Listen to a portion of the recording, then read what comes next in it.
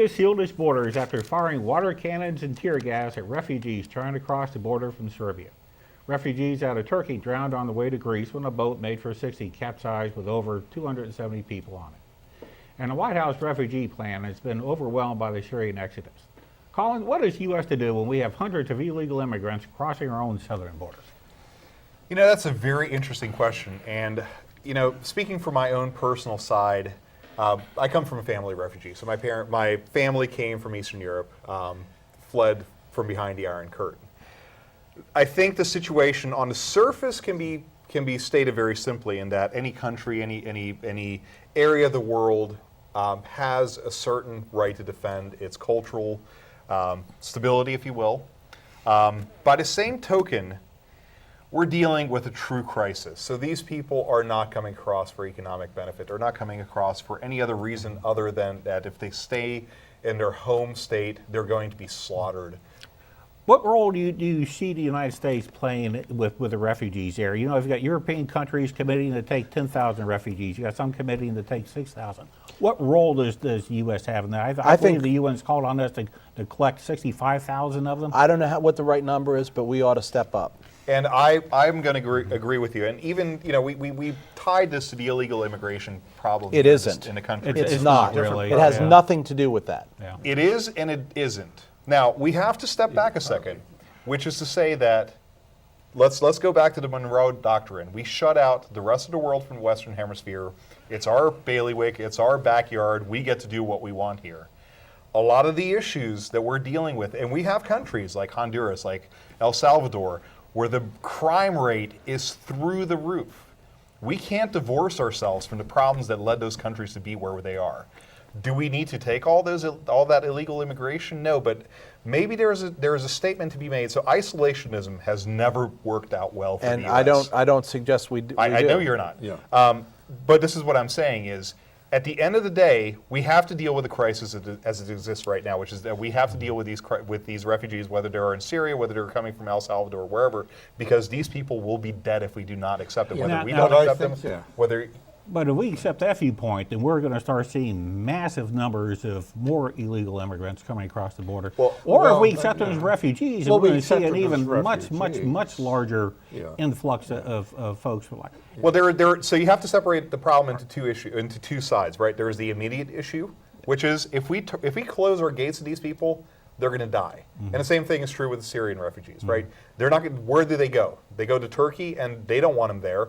So they go to Greece. Well, then we just open up our borders to everyone, and we start accepting hundreds of thousands of people from around the world coming in. But there's an historical parallel. We are a country of immigrants. We are, and the historical parallel. You have to remember, before World War II, the amount of Jews fleeing Nazi Germany was a lot. Yes. In a lot of Western states, England, ourselves included, turn them away because of anti-Semitism. Turned them away. Now, we knew what happened there, and I think most Americans regret that. We've got a similar problem here, because who are these people? They're Muslims. Yes.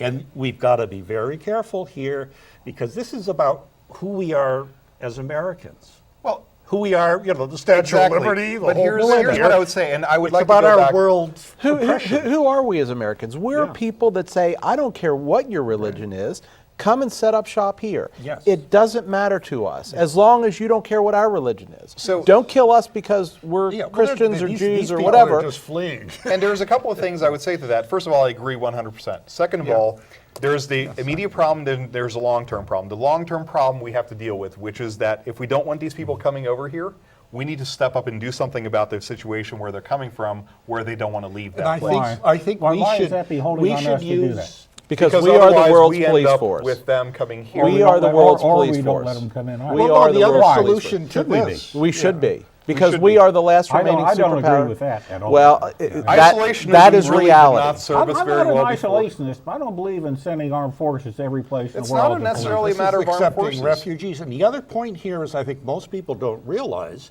some of our very good allies in the Middle East, Saudi Arabia, know how many refugees they've accepted? None. Yeah. And who United Arab Emirates, Kuwait. We fought for these people. Doesn't make any difference if they want to go there. They won't be shot there, so they ought to want to go there. No, but I think we need to put pressure on some of these Yes. other nations. I agree with to that. help out, but we need to do our part. I mean, we have 300 and some million Americans. You know, between 1820 and 1920, the average influx of immigrants in this country was over 330,000 people a year on average. Now, we're not talking about a lot of people here if we can spread, but I think we have the influence as the United Well, States and to there's do something that. else to be said to that. So I spend a lot of time both here and in Europe because I have a lot of family in Europe. Yeah. We do something very well that Europe does not. We integrate people. Yes. So if you go to Europe, what happens to these people? Germany is a different case. They have their issues with the Turkish community and some other communities.